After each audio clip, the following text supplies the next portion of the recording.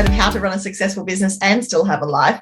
My name is Stacey Morgan, and today's episode is brought to you by 3 days of rejuvenation, inspiration, and sought-after expert advice that is going to empower you and motivate you if you're a woman in business. It is the Simply Business Summit. We've been talking about it for a few weeks now. If you want to make sure that you are on the wait list, you can secure your position right now. Now, we are doing it at the Sea Temple in Palm Cove, June 29th through to July 1st in 2022. I really do hope you can join us. It'll be a great time to refill your cup, to be able to work on your business. You'll get guidance from experts who have been walking the path that you're on before. And of course, you'll get reassurance that you're on the right track as well. So we really hope that you can join us for the Simply Business Summit. Today's episode is all about what you should be doing and shouldn't be doing in business. Now, this is not necessarily going to be something where I'm going to be telling you what you should or shouldn't be doing, but it's going to encourage you to start thinking about the things in your business that you are doing that are your strengths and the things in your business that you are doing that are perhaps not your strengths. Immediately, I'm sure things are coming to mind. I'm sure you're rolling your eyes and going, oh, I know. There's things I'm doing in my business that I shouldn't be doing. I know I should be outsourcing. I know I should be batching that. I know that's somebody else's job, but I keep taking over it for them because it's just quicker if I do it myself. Is this ringing any bells? Is this resonating at all? I know I'm guilty of it as well. I can't necessarily tell you that I'm a complete angel when it comes to only doing the things that I should be doing in my business.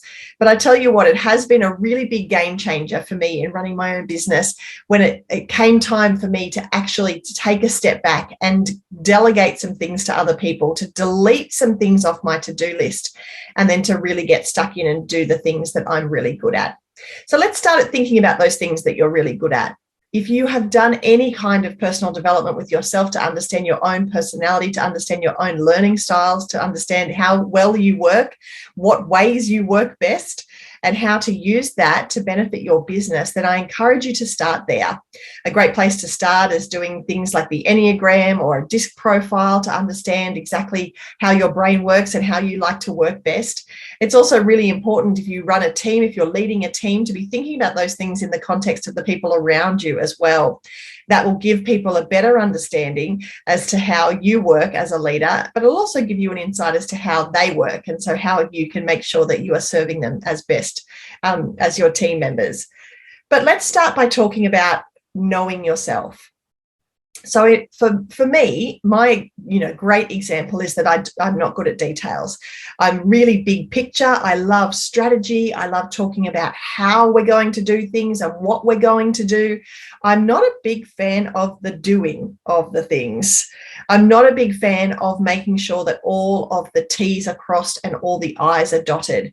That kind of stuff, drives me bonkers. And when I first started my business, I was doing everything, absolutely every task. You can put my name on it. That is what I was doing, from cleaning the toilets all the way through to paying the wages, all the way to teaching the classes, to dealing with customer relations. I was the customer complaint center. That was my bedroom at 10 o'clock at night when, someone would send me a fiery email. I was doing absolutely everything. And not only was that not serving me, but it also wasn't serving my business, because there are certain things that need to be done in everybody's business that take a lot of focus and dedication and detail. And I just do not have a detailed brain, and I do not have the focus and determination to make my brain any different and to be able to sit down and concentrate on things for that long. So I'll give you the example of my accounting. In the early days, I thought, I have no money to pay an accountant. I definitely have no money to pay a bookkeeper. I'm going to need to learn to do this myself. And so I got advice from professionals, but it was very DIY. So I would sit down with my shoebox full of receipts and I would manually put them in my wages book. Yes, with a pencil, wages book. Hello. This was before Xero, before MYOB, or before I was at least brave enough to tackle any of those things. And I would do all of this myself. I would calculate the tax. I would, make the transfers. I would do absolutely every element of the reconciling and the spending and the fees, the invoices, the works. And I think back on that now and I think, was I crazy? Was I actually crazy? Because that's not my bag. I'm not good at that stuff. That stuff requires focus. It requires knowing and caring about details.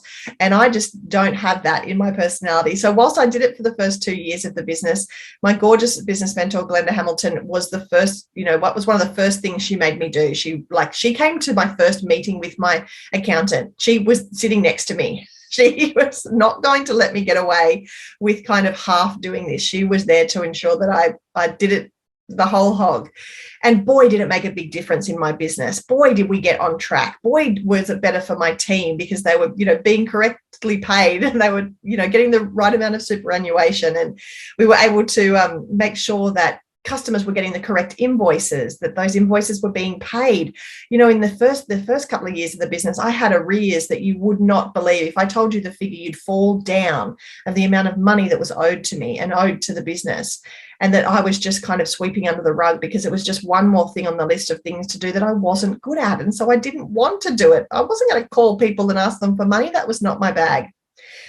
The thing is, though, now that I do have somebody who's in charge of that and who is so good at it, and I'm more than happy to pay her whatever it costs, absolutely whatever it costs to do that job, because not only does it mean that I'm not doing it, but it means that it's in her wheelhouse. She does it. She's very good at it. So she gets paid well for her time, and the business benefits. The business gets money in. There is cash flow, which is, cash is king. That is something you need to run your business. The staff are happy because there's systems and processes around their payroll, around their leave, around their sick leave, around all of those things that I just wasn't good at. So that's a really long-winded way of me telling you what are the things in your business that you need to change, that need to change. Heading into the new year, this is the time to do it. What will I not tackle next year? What are the things that, when I know that's on my list of things to do for today, I crawl out of bed? I'm unenthusiastic. I'm taking my time in the shower. What are those things that are already on your list that you're thinking, this is not my bag. This is not my strength. This is not the best use of the business's resources? Because at the end of the day, that's what you are. You are a human resource in your business, and you need to be capitalizing on those human resources to ensure you're getting the most bang for your buck. So it used to take me, 20 hours a week to do something that I now pay other people to do that takes them like 30 minutes. It's just absolutely ridiculous.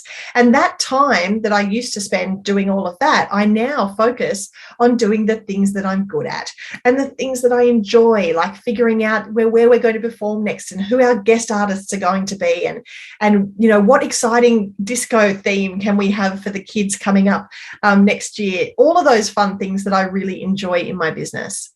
Now, this is not to say that there will be things in your business that you are not good at, and so you just say, okay, we're not going to do that. Business doesn't work like that. I still needed to pay payroll whether I wanted to do it or not. I still, the garbage still needs taking out by somebody at some point. And the great thing about doing it all in the early days is that you know how to do everything. There's no aspect of my business that I haven't already done myself and that I don't know how to do if push came to shove.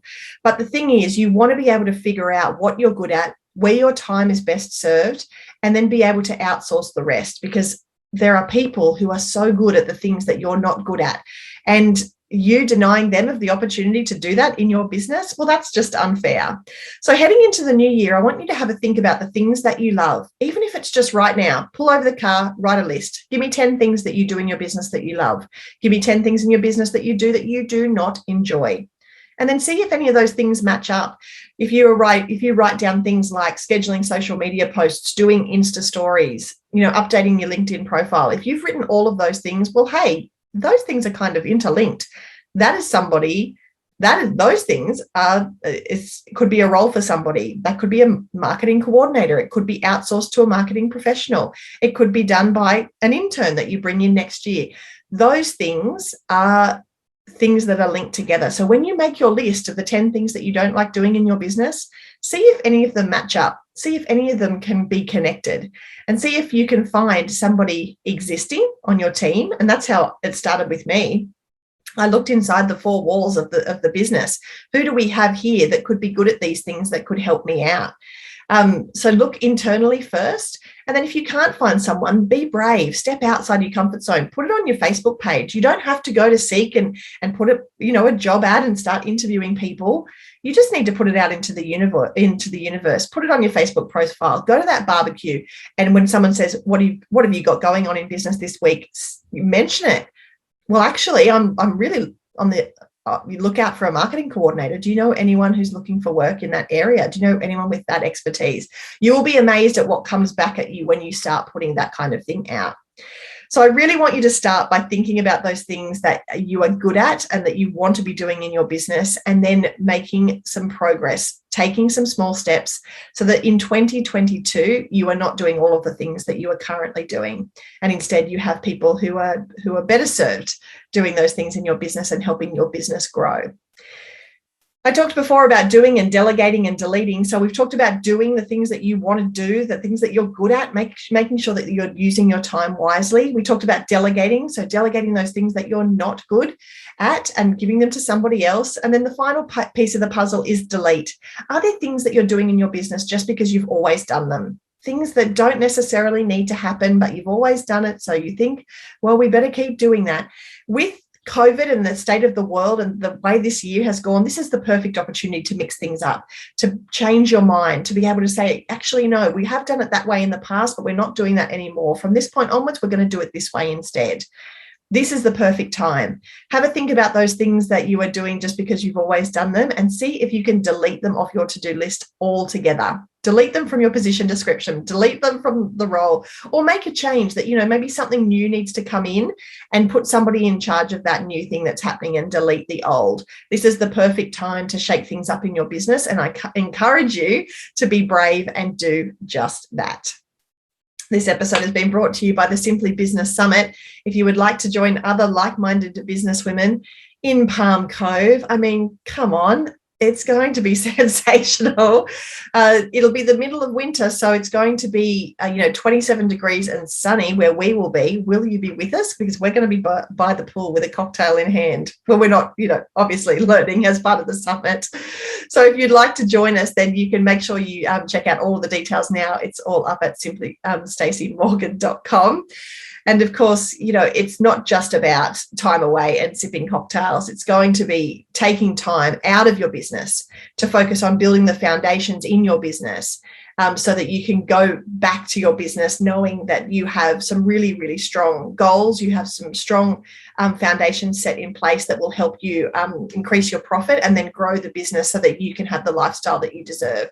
The Simply Business Summit, check it out at simplystacymorgan.com. If you love this episode, if you've got things that you're doing, delegating or deleting, please let me know. Send me a DM on Instagram. And if you like this episode, take a screenshot and stick it on your Insta story and tag your business bestie so that they can jump on as well and figure out what the things that they are going to do, delete or delegate in the new year. I would love to hear all about it. I really appreciate you listening to the podcast. Of course, as things start to get busier, we are not going anywhere. We will continue to publish weekly episodes. So make sure you're taking time for yourself and time for your family, and taking time out of being in your business to have a look at your business and to work on your business. It's so super important, especially as things start to dial up. Thank you so much for listening, and I will talk to you next week.